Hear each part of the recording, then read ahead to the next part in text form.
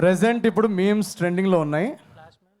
అవి నాకు తెలియదు, అవి ఏమి అది పాజిటివా నెగిటివా నేను ఏది చెప్పాను, మరి మీరు తమ్మునేలు వేస్తారు. పాజిటివే మీరు చదవచ్చు పైకి. ఆ ప్రెసెంట్ ఏదో మీమ్స్ పాజిటివ్ మీమ్స్ ట్రెండింగ్లో ఉన్నాయంట. అది పాజిటివ్ అయితే నాది వేయండి, లేకపోతే వేయకండి. If you know that memes then మీ లైఫ్లో మీరు ఎప్పుడైనా ఫ్లాష్ మ్యాన్లా బిహేవ్ చేశారా? ఫ్లాష్ మ్యాన్ అంటే ఎవరు?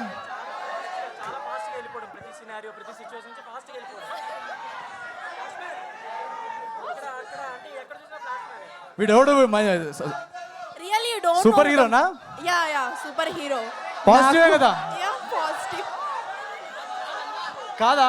హే కాదంట నవీన్, కాదట. No memes super hero. Yeah no no అక్కడ వాళ్ళు వద్దని చెప్పారు సార్.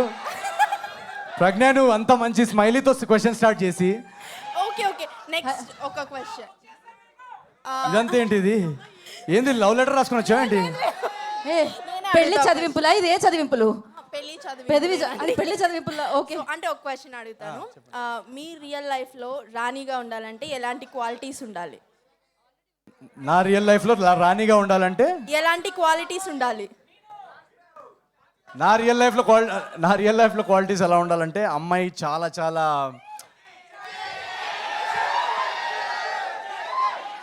చాలా చాలా గ్యాప్ ఇచ్చారు ఎందుకు? చాలా చాలా ఫస్ట్ క్వాలిటీ స్టేజ్ మీద నన్ను ఇరికిచ్చే క్వశ్చన్స్ అడగకూడదు.